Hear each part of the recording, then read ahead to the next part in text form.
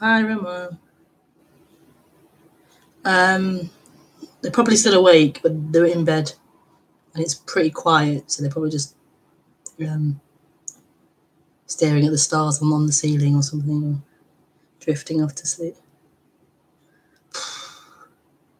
But I'm sweating. I swear. I don't know why I do it on a Thursday. It's crazy. I tend to do wash Kamala's hair on Thursdays, and so to do the bath and do the hair and it's just a lot to do, a lot to cram in before 8:30. But I've done it, shockingly.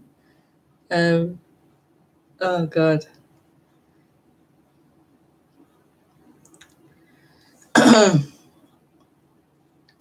Yeah, being a single mom is not easy by any means.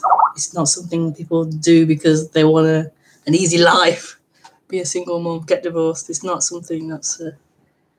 Let's turn this Skype off.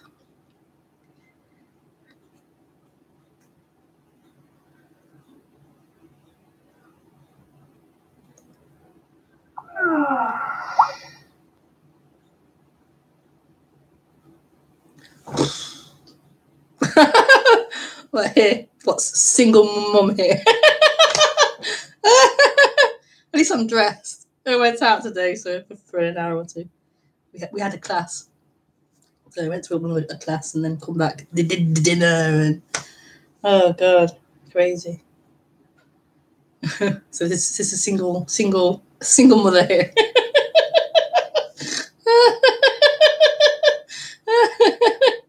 Oh dear. Oh well. Who cares?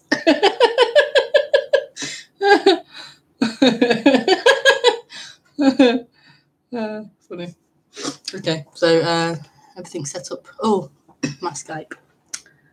So I have to have two cameras, one for Skype and one for my stream. Two computers, two cameras. Oh dear. Right. Tool. This is another job in itself. God. I'm still working. Respect for being a single mom. Totally. I had no idea. I really had no idea.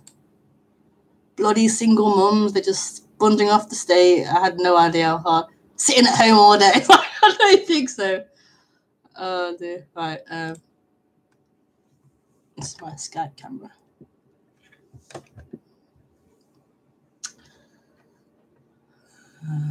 Audio. Which mic is that?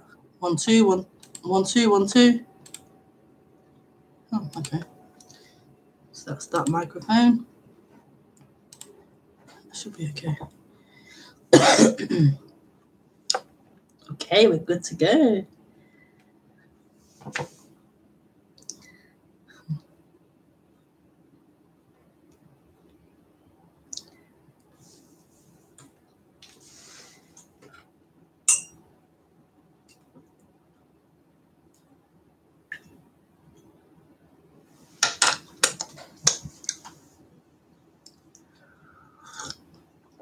There's my water. Okay.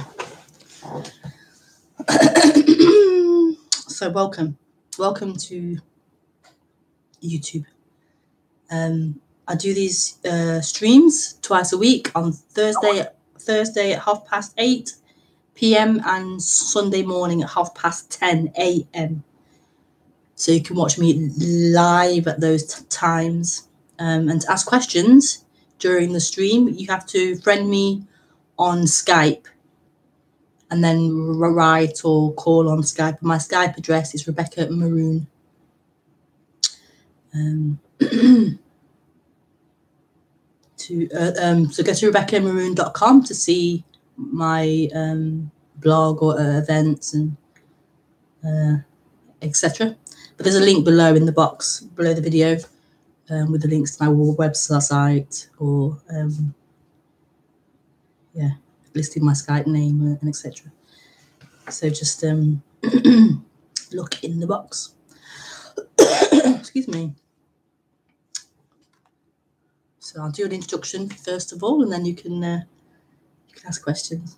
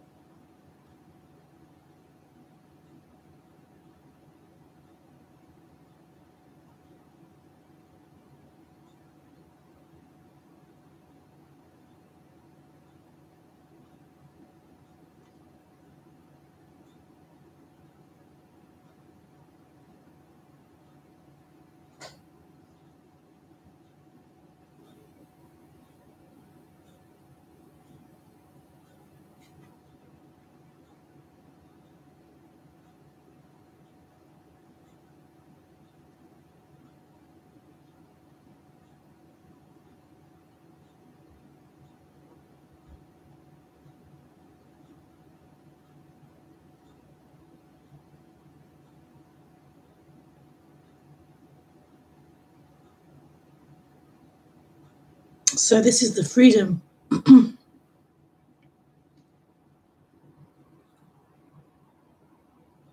That which has been longed for.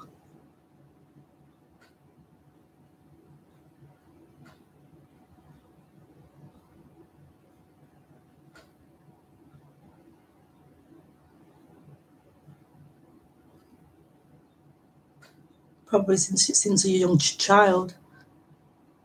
Not a young child, but I don't know, 6, 7, something.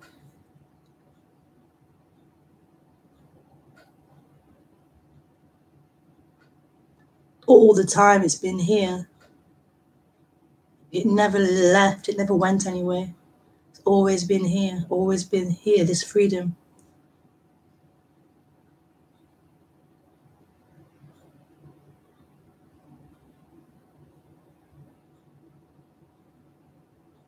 But what happened was a dream. A dream began of you being someone, of you being in time, of you being in thought. The story of you began.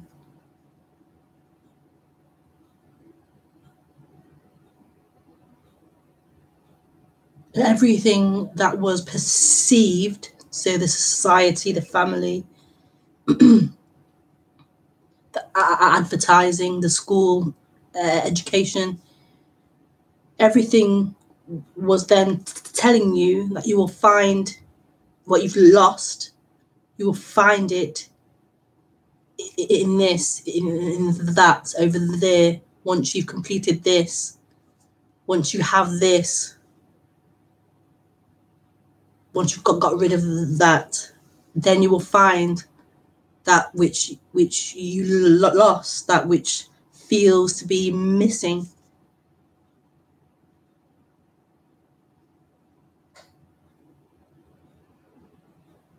And so that story of you took all turns and twists and paths.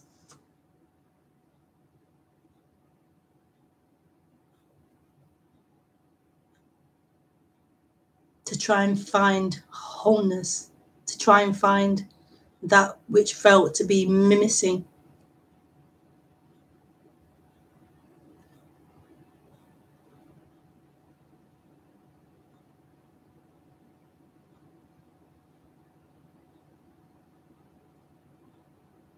And sometimes it felt like it was you were nearly there. You're almost there. Don't give up. Keep trying. Just do one more diploma. Just do one more. It's in the next partner, the next experience. Don't give up. You're nearly there. Everything was telling you that always. You can find what you're looking for in something.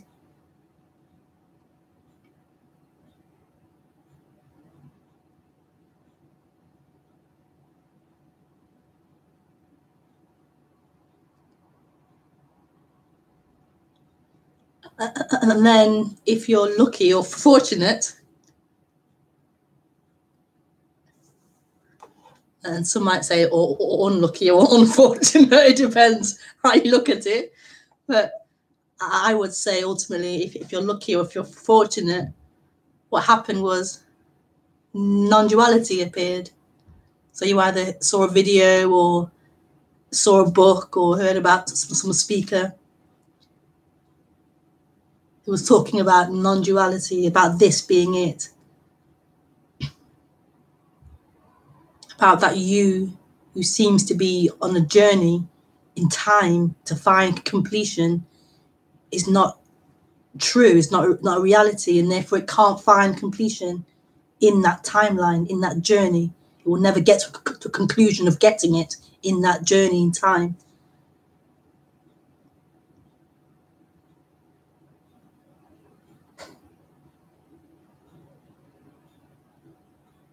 And what a great thing to come across. A hard thing, but a great thing. You're being told the truth, that seeking to find, you've been told you will find it, and you won't find it. You can't find it because you don't exist. That seeker doesn't exist as a reality. It's a dream playing.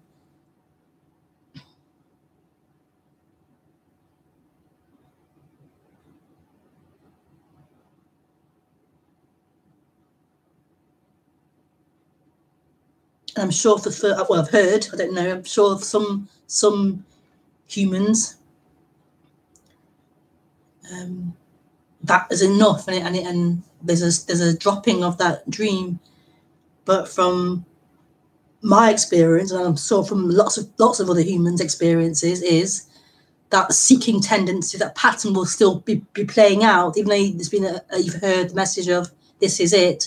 There will still be that seeking pattern, that story of you in time playing out. But that message kind of poked a hole in that dream that can't be covered up. It can't be fixed with plasticine or something or glue. Once it's been heard, it's poked a hole in that. And it can't be forgotten. It can't be covered up, even if tried to, attempted to.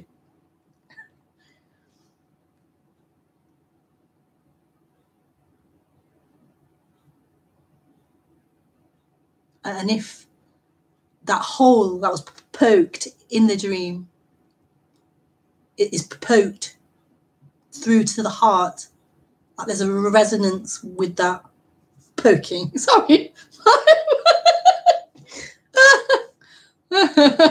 What a funny way to speak about it. But yeah, if there's been a resonance, heart resonance with that poking, that hole,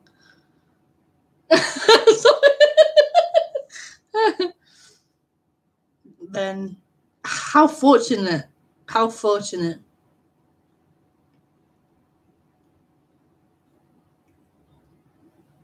Then there will be an attraction to that message that seems to poke holes in the dream.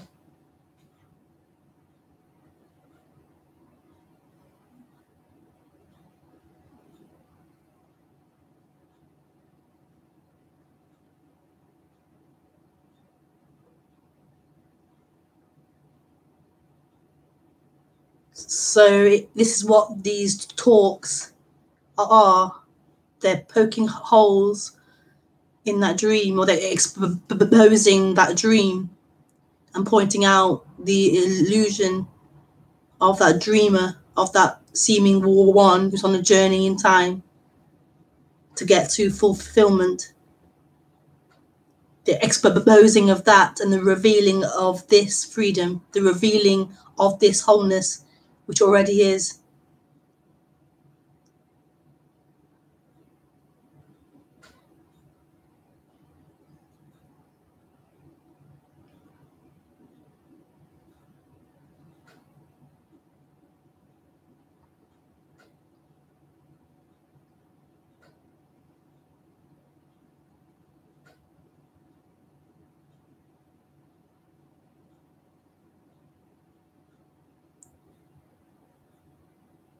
So this is it.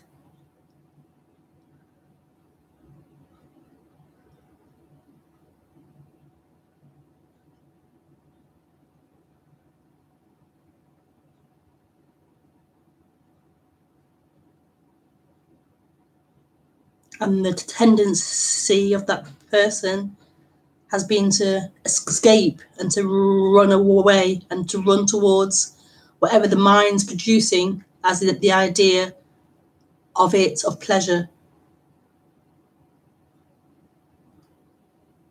So the mind's producing ideas of what pleasure is, and that pleasure is fulfillment, and it isn't. This is it. What is happening is it.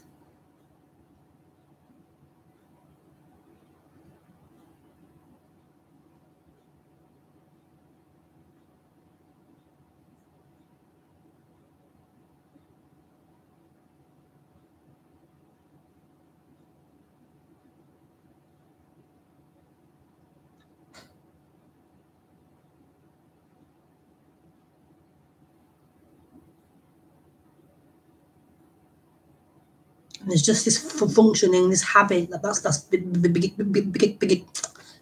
again. Oh, sorry.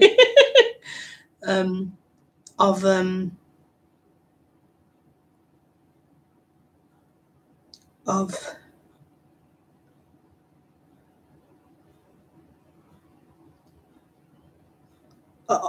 being someone, of fitting into the costume of someone.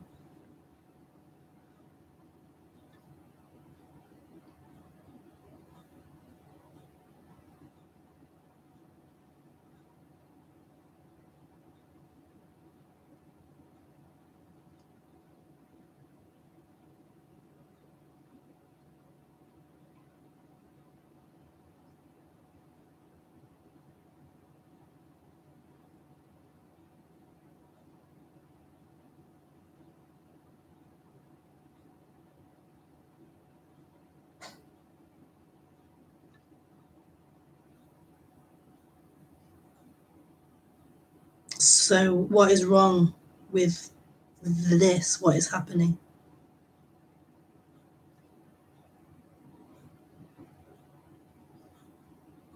What is wrong with it?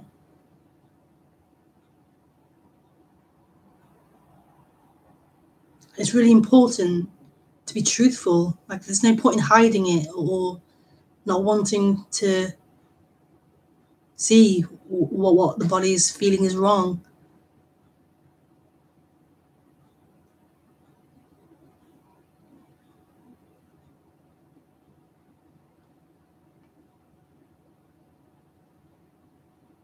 Because this is all there is, what is happening.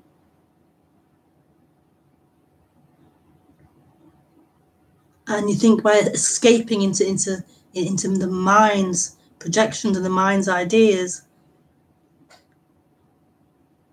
of future, ideas of non-duality, these ideas of things, you think escaping into that realm of things is somehow, well, it is, it's more pleasurable. It can offer so much pleasure.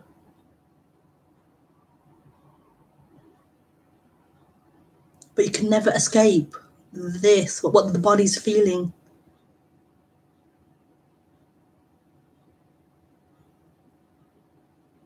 That pleasure, that high, it's only temporary relief. When the seeking's strong, then yeah, that has to happen, the escaping into thoughts and ideas for that relief.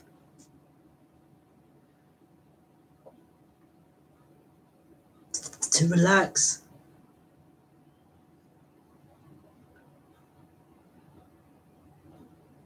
But this really is a stripping away of all those habits, all those hiding places of hiding.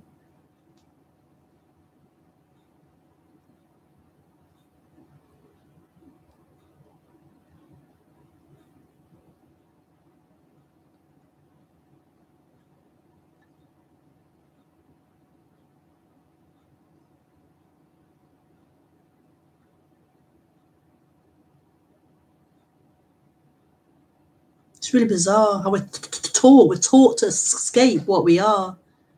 It's really bizarre. It's a really bizarre thing what us humans have. It's really bizarre.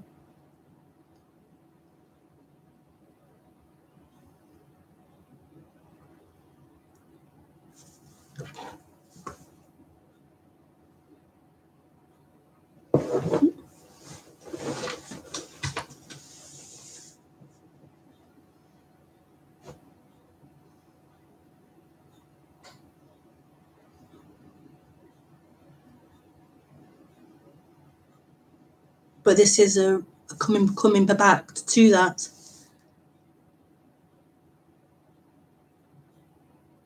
Coming back to the human. It's not some spiritual place you can live in.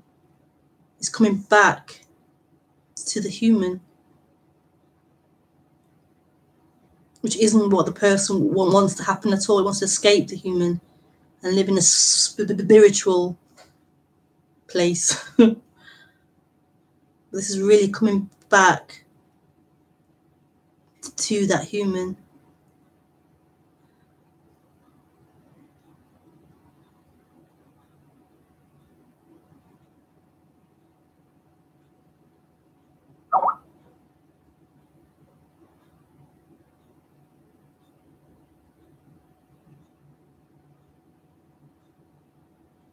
And how beautiful. What love. What love. What love.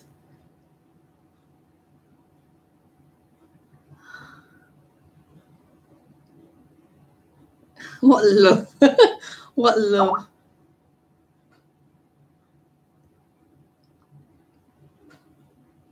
What a present.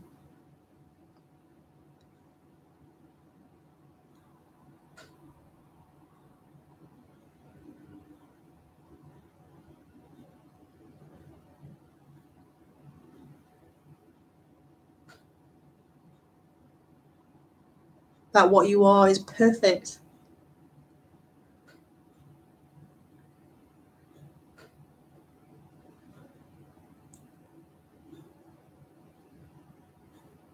And that what you are is everything.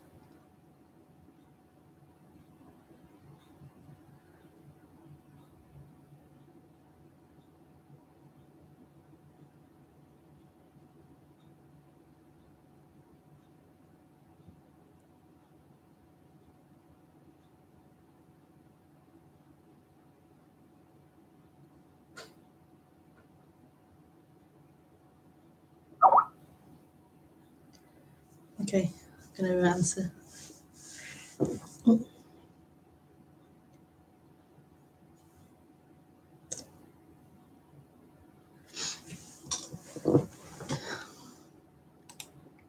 Hi, Ramon. Congratulations. What for? I still look sparkling. Why, thank you. Why is it bizarre? What's bizarre? Isn't it just human evolution? Thanks for poking. Perfect, including the seeking.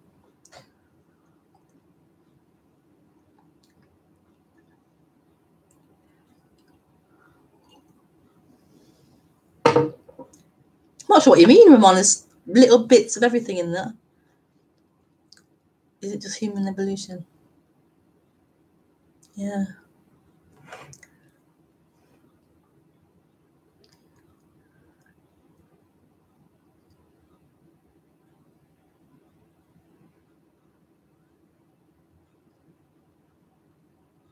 He's writing.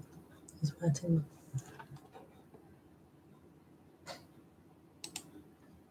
Oops.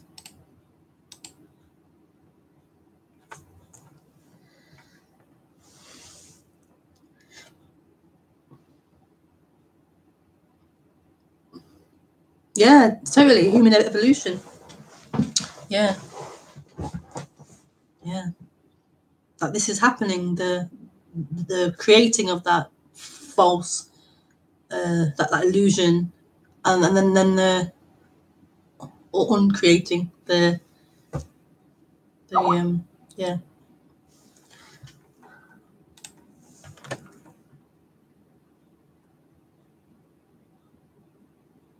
I call it, but we are trained.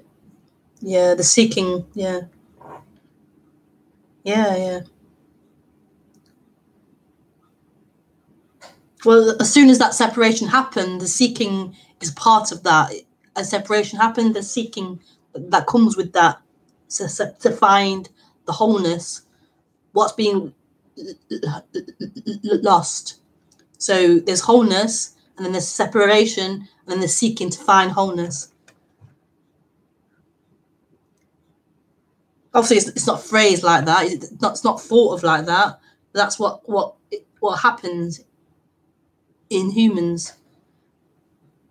But we're not consciously aware. Oh, I'm separate and I'm seeking to find wholeness. That isn't how it's. That isn't what thoughts that are produced. To understand it like that.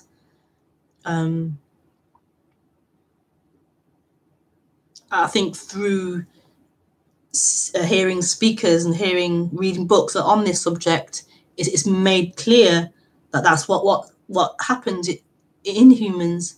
And but then you can't just believe that as a. Well, I agree with that. You have to actually see that how that body is seeking what it's looking for. Every human must see that how that human is seeking what it's looking for.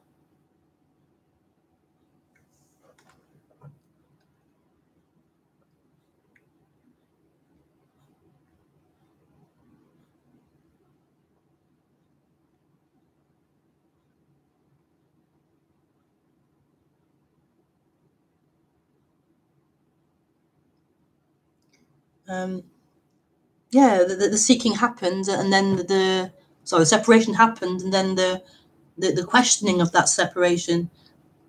When the seeking gets to the point where it's unbearable, or there's just this sense of separation is too much, then maybe the non-duality is heard.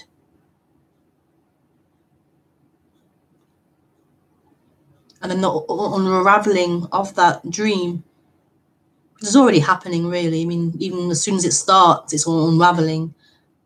But it can't not. That's the way things are. Like the flower grows, and as soon as it's growing, it's already deconstructing. Like the human, the body gets older and older. As soon as it's born, it's aging. That's kind of how it is. So immediately, the deconstruction's happening, but obviously it's happening through the seeking. So the seeking to try and find wholeness or fulfillment or love, ultimately love, it doesn't work. You can't find it. So that's kind of showing that it's impossible to find it, but they're still trying. You can't find it in form. You can't find it in people. You can't find it in things. So all that's happening from a young child, you're seeing, you get your favorite toy and it breaks. It's aging. It breaks ultimately. It's always showing that form is temporary, and it can't be long-lasting fulfillment. It can't complete you. Temporary. Friendships, lovers, temporary. Jobs, temporary. Everything's temporary. Always changing and moving. And yet there's a deep-seated belief and feeling that you will find it in form. It's all it can seek for is form.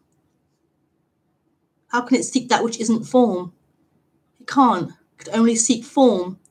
And form's obviously temporary, and yet it can't stop doing that. That's part of what it is.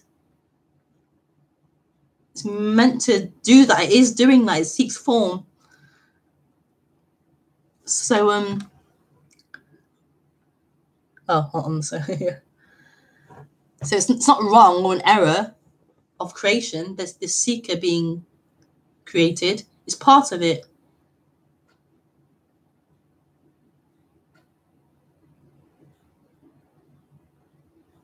And how wonderful. It's not wonderful when that's who you are, but you can see how wonderful it is as a story. Like in a movie or a story book, there has to be like the loss of something and then the seeking to find it. Otherwise there's no story, no point to the movie. There has to be a problem, an issue to then get resolved to make it interesting. If you never lose it, the thing, the partner, whatever it is, if you never lose it, there's no problem, then there can't be a story to find it and to resolve the problem.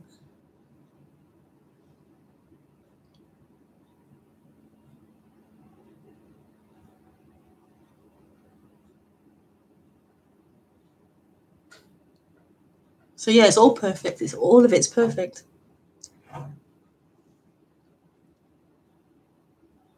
Well, you call it bizarre. I was calling it bizarre. I was calling society bizarre. Just how we are, like, yeah, it's just bizarre. Avoiding what we are is kind of bizarre because you are that.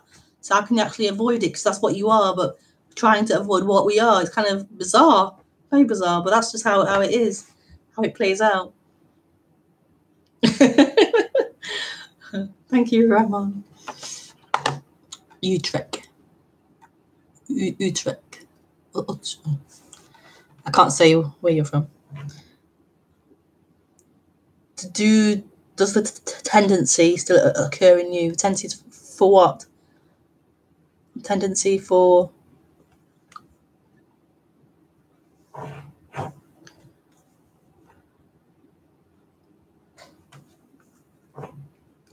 seeking.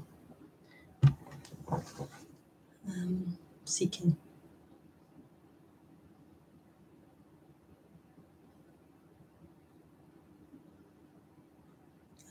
Like there's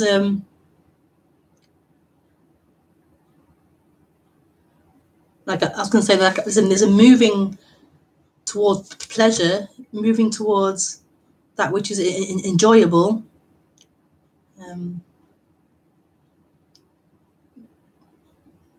But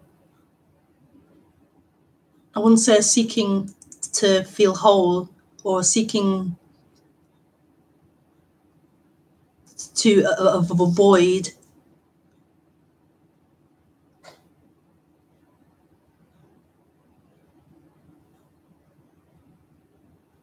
There's such a I love the human.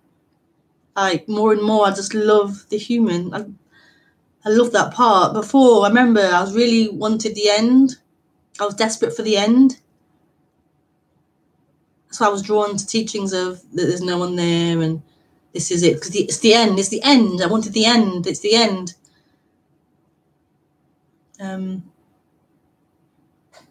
It's beautiful that you aren't something in existence, that you don't exist in form. It's just so beautiful. Like that this is happening. This is just happening. And isn't happening to you or to someone. That's the end. That this is it. That's the end. It's the end of time. So it's the end of you. There's just this, what's happening. That's beautiful. But I feel like what happened here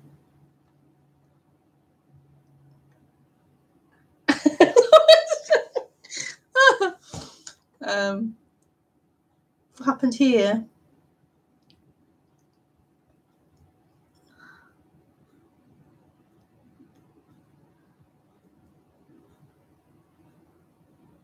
is the everything. I can only say it as that. It's the everything part, which was love. And in that, it is the human. The human is part of the everything. And so there's the end is the end. You aren't someone that you aren't someone, full stop. But then the human is still the human, which is everything. And there's a real falling in love with the human, like everything. Everything is love. And for me, that's really important, the nothing bit, but also the everything bit as well. And they aren't two separate things. I'm just saying it like that, but it's really,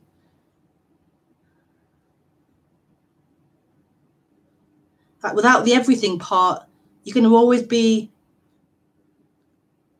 like stuck in a way, or like what's the word, like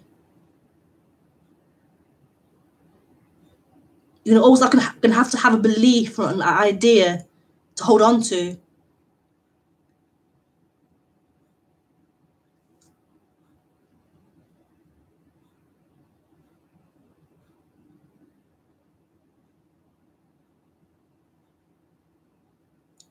You need some kind of protection or something, protection from life, and stay as the nothing. You'd have to have some kind of, I can't quite put it into language. Hang on.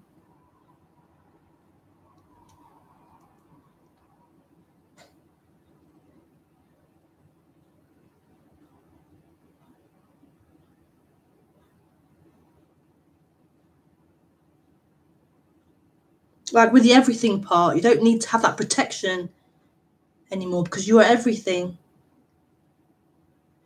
You aren't just nothing, you're everything. So you don't need to have that protection of an idea or a belief to believe in or hold on to.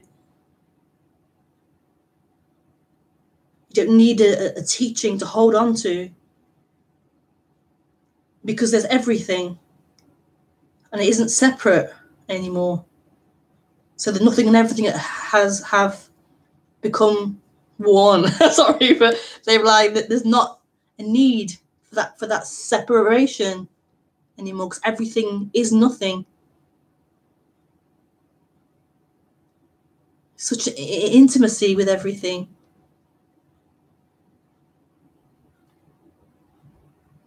Such an intimacy.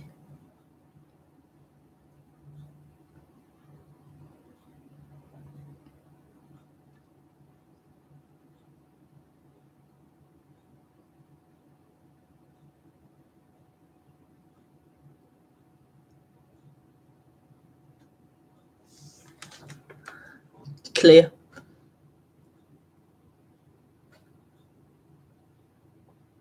Isn't it a matter of adjusting to intimacy? Adjusting to intimacy.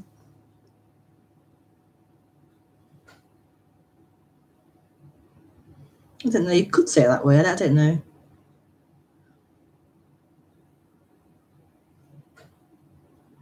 It's like the person's scared. So you could say in a way, because you put your toe in, you put your one foot in, you put one leg in, testing it out because you're afraid of it. The full-onness of everything, all of it, all the emotions, the feelings, all of it, thoughts, all of it. So yeah, in a way, like a gradual, I don't know what you want to call it. Doesn't matter. I'm just describing it. Doesn't really matter, really.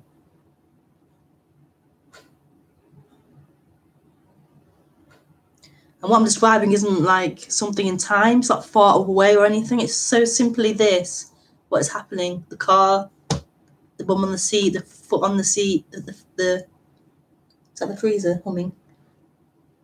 Or the fridge humming, the computer humming, breath,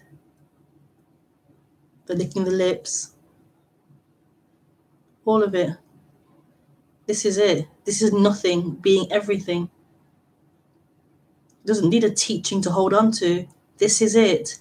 It's so alive, so fresh.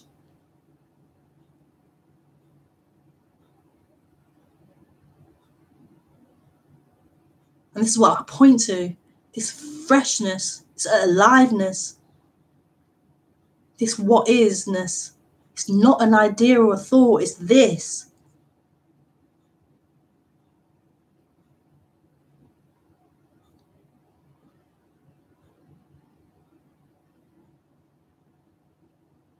So you can disagree with how I put it, how I phrase things, and argue about it until you're blue in the face. It's irrelevant. So irrelevant, that fighting over thoughts and language. She said this, he says that. It doesn't matter. This is it. What are you holding on to? What do you believe is true and not true? How can you argue the bum on the seat, the car, the computer humming, the breath, the light from the lamp, the thoughts, the feelings?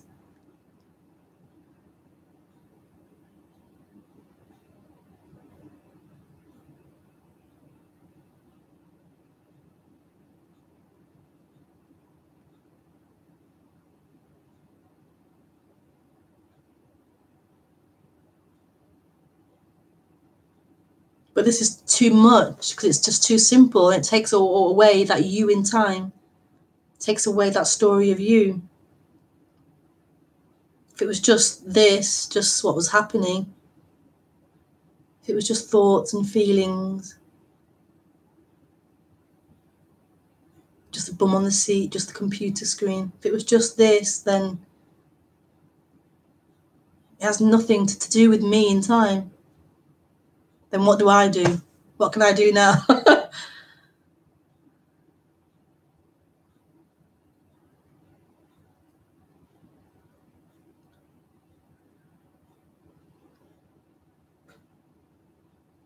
But this is it. This is the love.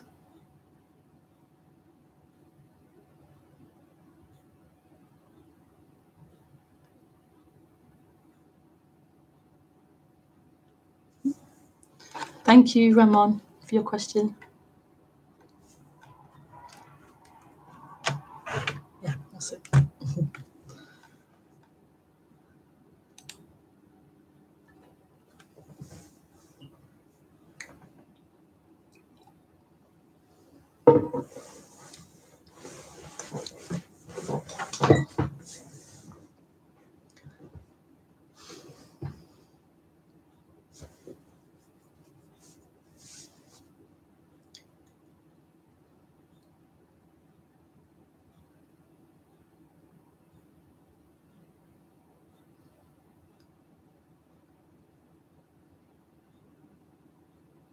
Oh.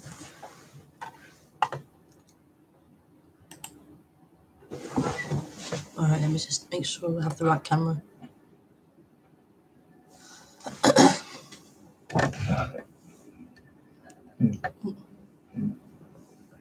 Hello? Hello? Hi. Hello. Oh, put it out. So you can see, this is the camera. No, it's not. This is the camera. Okay. Sorry, I just it's very confusing having two different cameras. I can't see you yet. You're still buffering. Yeah. But I can hear you.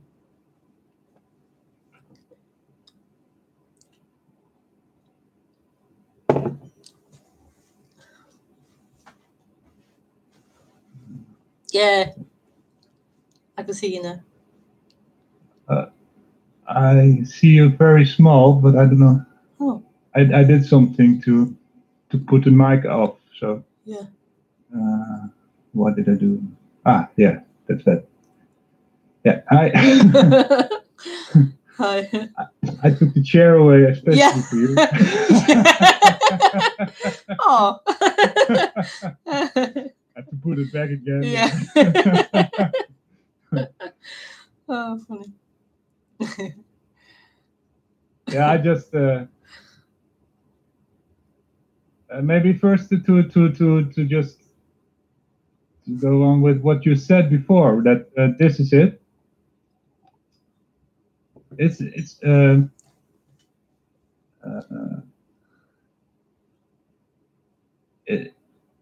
in a way, when there's a me, then there is often the fascination that you can say that how can you know that or something. But I guess it's just obvious that it's that, and that there's no question about it.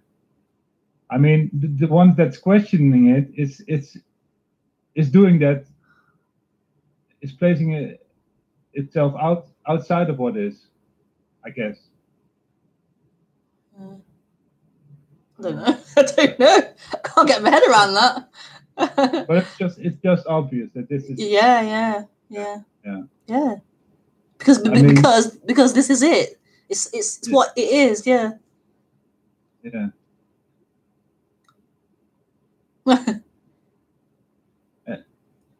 And this is it. So this is it. Isn't, for example, the sun.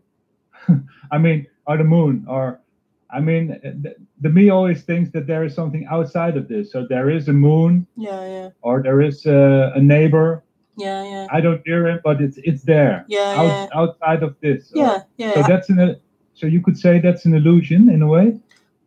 Well, we have the ability with our brains to imagine, so pictures appear of the neighbor, of the moon, of the sun.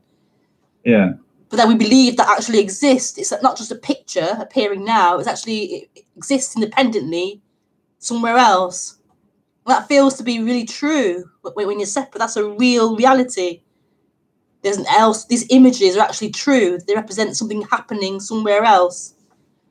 Yeah. So that's the illusion. That is real. That there's else other than what is. That there's something else that exists. Yeah. Other than what is happening. Yeah. So when there's an idea of only when there's an idea of a moon outside, then that appears, but it doesn't mean that there actually is a moon outside. Yeah. And the me thinks there's a real moon. That's why. Yeah, it's. Yeah. Is that correct? Yeah. Because it's living. It lives in that dream, that imagination. Yeah. It lives in that. It is appearing also in that. A picture of a sense of me is appearing in that. A picture of the body, or a picture of an idea of who you are. It's in that same realm as that image of a moon appearing. Yeah. The whole reality appears in that, in thought.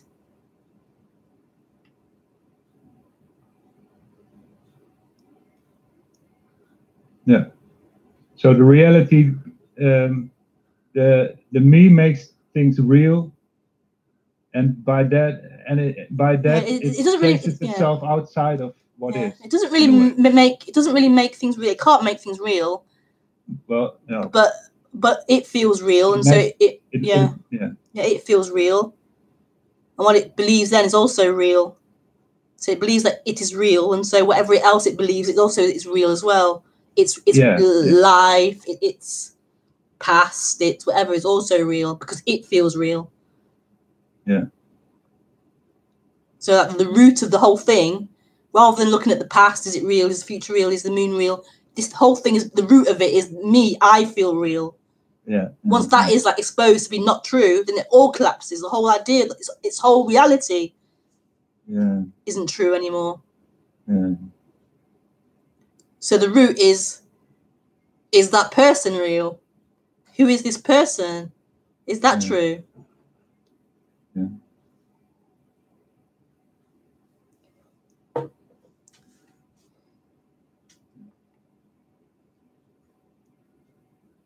So and when that's seen that's not real, then it can't be said what's left.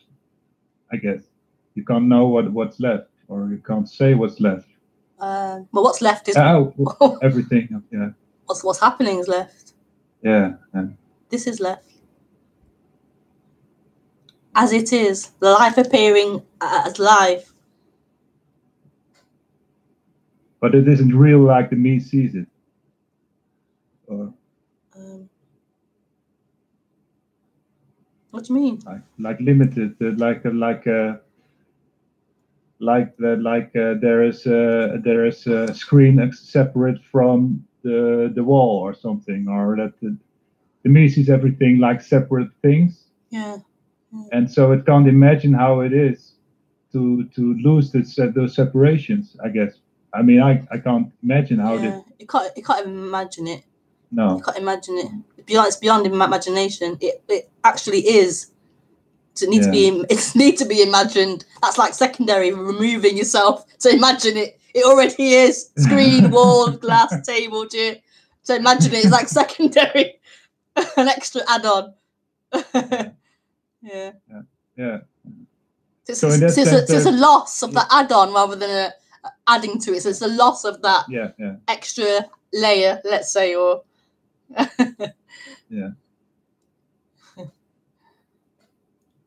So there isn't. It's the me is there until it isn't there. You could say then. I mean, but it's never really there anyway. It's never really. It's not a reality anyway. But you know, while it's playing out to be a reality, that's what's happening. Yeah. It's never actually a truth. And there's not even really something wrong with that either. I guess. Me is just a me. I mean. Well, there isn't a me. Me thinks it's wrong, but in a way, me is just perfectly one as also, I guess. Yeah.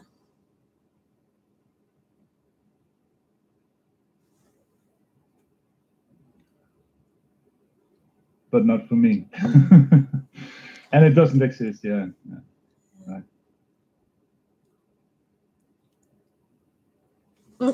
Sorry, I had a little shiver. Something in my ear.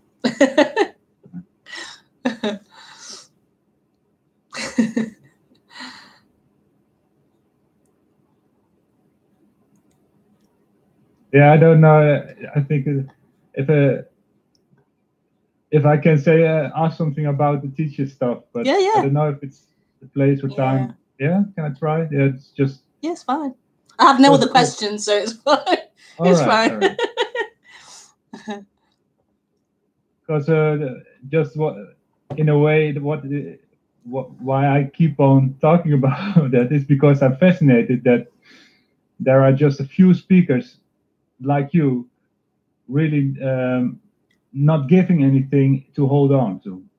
And for me, that's such a big difference than most of non-duality speakers. And they add the title non-duality, but they give all kinds of practices to reach the loss of the me in a way. And I mean, so they give something to do, and then by that, I mean, because I have a long past of teachers and spend a lot of time trying that. Yeah, it's not. That's but are they? But are they? I'm not sure. But are they saying that doing this thing will lead to they're not being a person anymore? Yeah, most do. Oh, okay. I don't know. Okay. Yeah.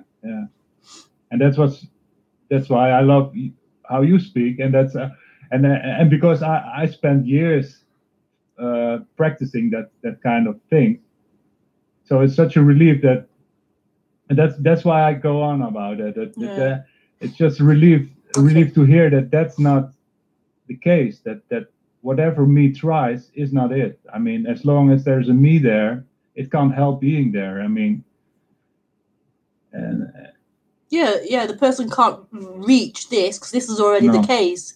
Yeah. The person's a dream happening, but maybe, I don't know, but maybe someone is saying to you, do this practice as a way to relax the body, relax the human. Not to get to this, but just to relax the human, maybe, or to undo a belief or undo a trauma or something. Maybe it's not to necessarily lead to liberation, but just as a way to calm down the mind or relax the body or something. I don't know. Yeah, then there's nothing wrong with that, of course. Yeah. But I mean, Okay. Yeah, I don't know. A lot of non-duality. Yeah. But I can hear so many different speakers now, and it doesn't matter. Like I don't really. I just love this mess. I love this message. I love this pointing to this beyond the person. This love, this freedom. It's just a resonance here with that message. I don't care who's saying it, how they're saying it, what they're saying, it's irrelevant to me now. Like, oh, this is so lovely. I really love Rumi. Rumi's so beautiful. His poetry is so beautiful. Sorry. I really like Rumi all of a sudden. So nice. Rumi's a poet. Well, I've just discovered him recently. Nice that you mention him because I. Oh, you don't like Rumi? I've spent 5 years with a guru teacher that was inspired by Rumi. So I read a lot of it, and I know beautiful. I also had.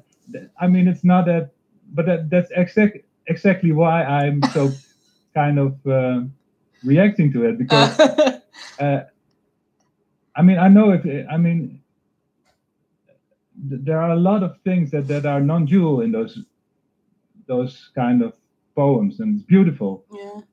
But there's some poems that also say how to reach that, and then I mean, if you leave those outside of it, I love them too. I love a lot of poems too.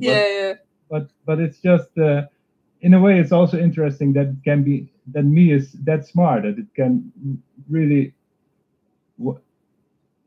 When it comes back, it thinks it has done something to go. I mean, it's just interesting to me how that works. But I mean, I can understand you. I mean, you probably didn't have a past with teachers and all kinds of practices. Yeah. For me, there's still a frustration how they use such a beautiful message to give practices. And I know it's not meant. I mean, most teachers mean well. They probably in the belief themselves that they did something to reach a kind of detachment or freedom that they associate as non-duality. But as long as there is a teaching, I feel it as dual, and then the 99% of the lines may be totally non-dual and beautiful. But if they then the last line is then, and now we're gonna show you how to reach that state. Well, then you kill all the 99, all the percent of the then you kill it all. I mean, so that's my frustration, and it's very rare that it's just said without any adding of me energy to it. And that's what I love about you and some others, but really not that much. Yeah. I'm sorry. That's why I react so. Yeah, that's okay. Because I had a past of years and years of practice. I mean, oh man, you don't know how many and not only me, but I mean that's also my passion in a way that I know that's still also going on for a lot of others. That they really have the readiness to hear this, and they find a teacher that is saying you don't exist, and they think, yeah, now finally I hear what I've always felt, and then they add to that how to do that, and that's why I'm so passionate about it, because I know that's going on for most non-duality teachers. Yeah, but how can you judge that that's wrong for that listener? I mean, like I've heard different speakers, and at the time, it felt beautiful to sit with them, and it was perfect. So you can't say that was wrong, or they shouldn't be saying that, or that's what's happening. All right. Well, I don't even know. So, yeah, all right. Yeah. I have no issue with any of the speakers that I used to listen to at all. I may speak differently to them now, but I have no issue with any of the speakers I listened to, because it was perfect to hear what they were speaking about. Also, when they teach, also when they say how to reach that, also when they say sit for 3 hours every day on your knees and watch that you don't exist. We give that as a practice, and if you don't succeed in that, then you have to try 4 hours, and if you don't succeed to that, it's your fault that you don't have. But if most you do that, most teachers do that. If you don't, sorry, but they do. But if you're drawn to that teacher or that message or that practice, then you are, and that's perfect. If you're drawn to non-duality, if you're drawn to in a way, healing, if you're drawn to yoga, if you're drawn to my frustration about it is perfect too. I mean, totally. So that's why I react about it. Yeah. I can't help it. I mean, I see how that mechanism works, and But what's more important is like how it affects you is more important. Like what it brings up in you.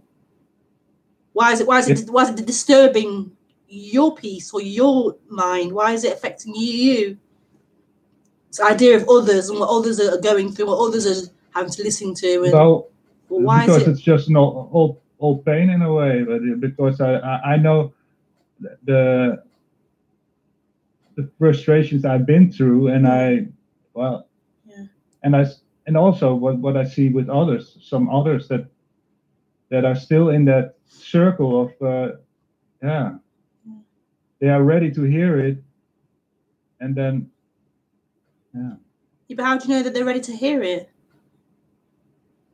I don't know who is ready to hear it, but I mean, I'm sure I'm not the only one who has gone through similar things. As long as there are teachers there are students that are that are drawn to that particular speaker.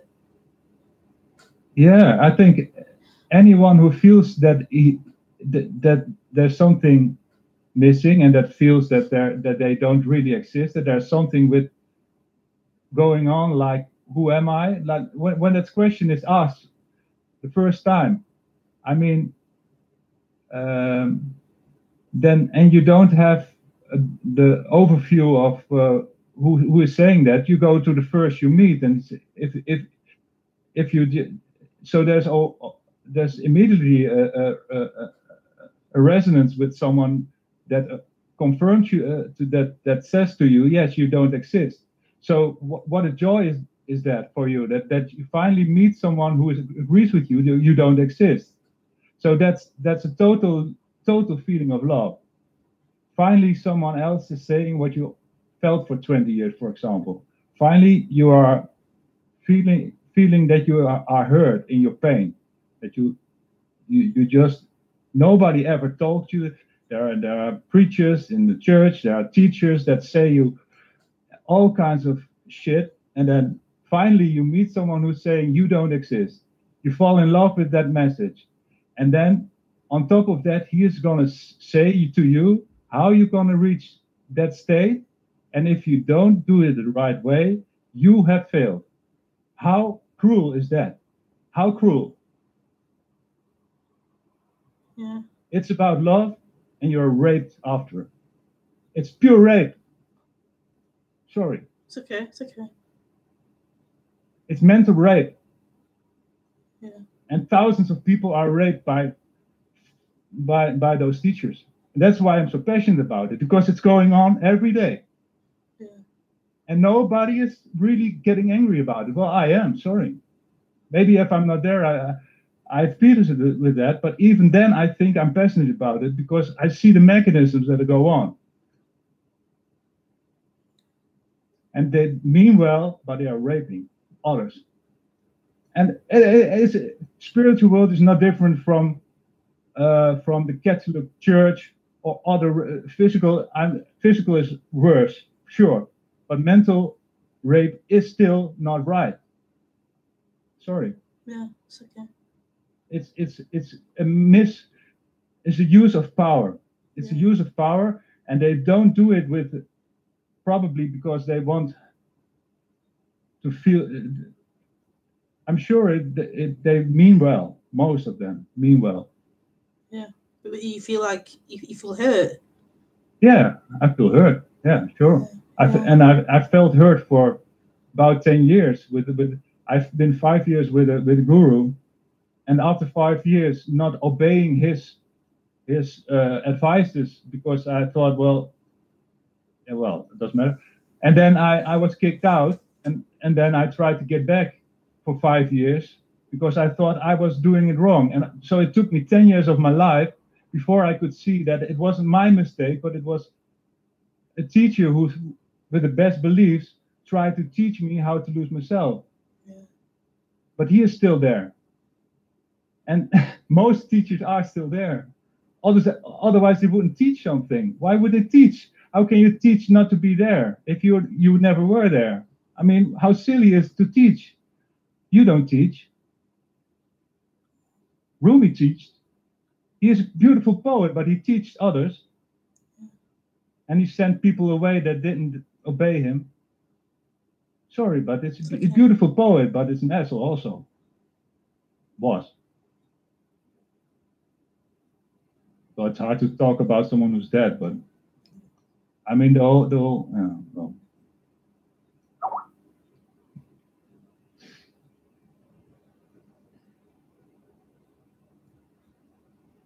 It feels Sorry. like like you were a child, and somebody you thought was older, more respectful, like took advantage of you, and you were vulnerable. Yeah. And you feel hurt, and that they betrayed you. Right. Yeah. And I think that happens a lot in the spiritual world. Non-duality, Sufism, all kinds of religions that are practicing.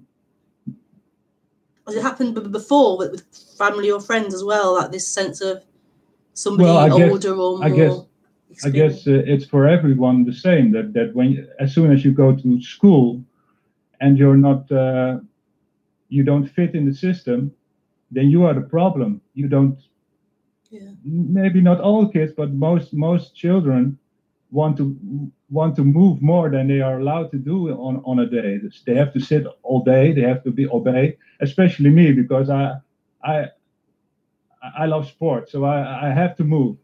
But after I've been long enough on school, I didn't even remember that I like to play sports because I had to see the school. So I lost all the old interests, and they were replaced for interests that the school thought were important. And then on my 18th, when I was 18, I didn't even know what I wanted to become. How ridiculous was that? I loved playing football. I loved playing guitar. I loved singing. I forgot all that because I obeyed my teachers to do what they thought they were right, with the best interest, maybe, but with the best concern. But they took away all my passions. Yeah. And now I'm 46, and 48, sorry. And now I see. Well, I saw that sooner, but I mean, I think it's been about 5 years that I see that so clearly, how society forces us in a kind of shape that we don't fit in. Yeah, definitely. And that's my passion.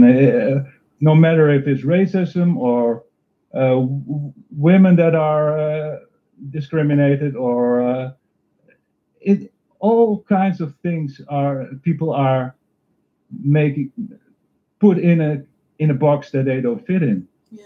And it's the same with most non-duality. I'm sorry, but I really feel like that. Yeah. And if you're not hurt in that, in that kind of scenery, like it's the same as if you were in school and you get all the things you love, then of course there's no problem, and you love and you learn a lot and you make friends.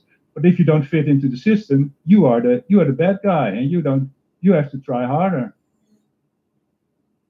And yeah, that's my frustration. Yeah.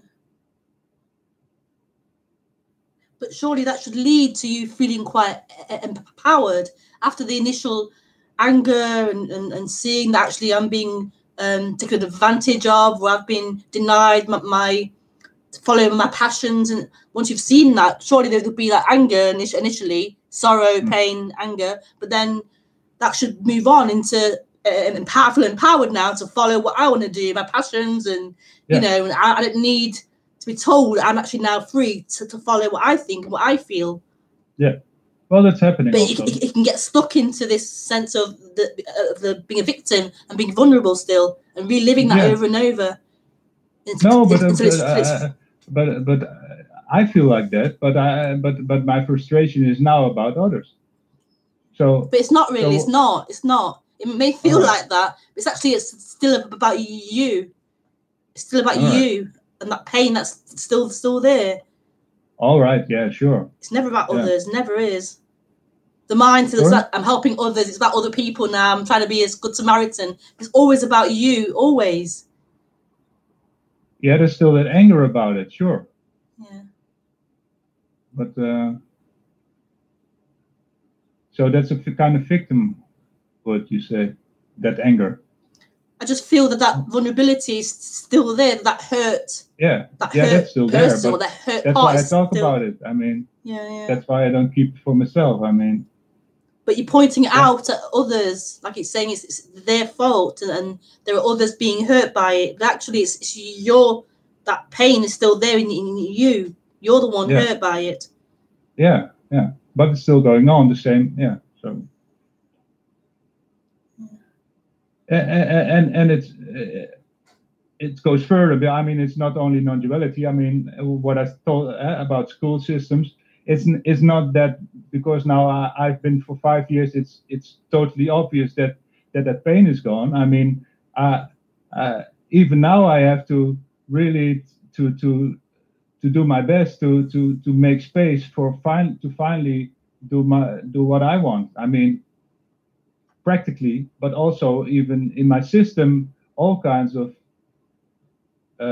feelings about myself that I'm the wrong guy, that I did wrong, that I'm not allowed to do what I want. All those feelings have been there for 40 years, so they are not so quickly away. They move. They're by every year it gets a little bit freer, but it's not gonna go in a second. I mean, and not with me anyway. I mean, it takes time for me to get free again. I mean, yeah, probably not me in the end. I mean, it's not even me being. I mean, because me is the biggest problem. But it just helps. Then me has been bullied in a way, you could say. So it got stronger by being bullied. I mean, I had to fight. Or actually, it was repressed, and now it feels like it. Yeah. Like it's coming out. It's all coming out. I have to fight back to get my sorry. Yeah. What? Just like it's all coming out, and that's been repressed, and now it's coming out. Yeah.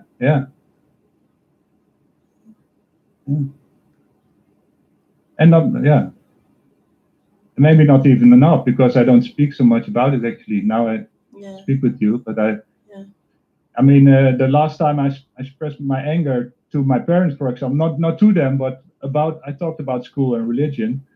They just said me to shut up because they don't want me to be angry. They don't like anger. They're afraid of anger. And the anger is my pain. It's a heartfelt pain, and they don't like anger.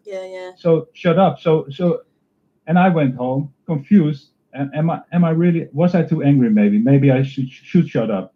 It took me another year to express my anger to another person before. I mean, Yeah, it takes such a long time to get free from all those repressed feelings. That starts with parents, but schools, football coaches, it's everywhere. The whole society is built on repressing. Yeah, totally. And that's my frustration. I mean, my frustration is just as big to the Catholic Church as to non-duality or whatever. I mean, it's all the, it's the same thing. Everyone is repressed. I want to kick their ass. I mean, I can't help. Yeah. Well, it's great. It's good to let it all come out, express it all. Obviously, not to everybody. Pick who you do it with, and try not to like. I don't kick asses, but I like to talk about it. Yeah. It's really important. It's really important to get everything out. I agree with that totally. Get everything come out. It's really healthy to express how you feel and to not repress it. I was taught to do that, repress how I feel. But it's it's really important to acknowledge it and to let it have that space to express. Yeah. Oh. Sorry I take so much time. Oh no, it's lovely. I really enjoyed it. Enjoyed your openness and your lovely. Okay, I'm gonna probably leave it there because it's getting a bit late. But... Thank you very much. Oh. All right, Hill. Nice speaking with you. Bye. Oh. I'm not online. Wow.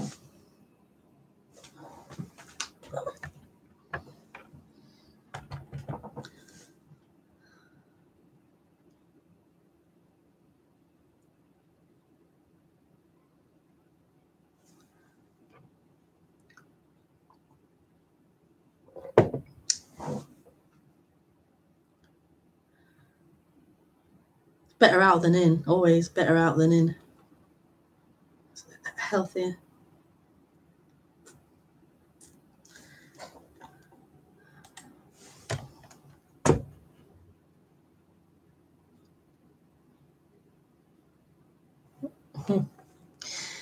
Okay, so thank you, Heel, for calling in. That's really lovely that you shared that. And then I'm back on Sunday at 10:30 a.m. So I'll see you then. Thank you for joining, and bye. Bye.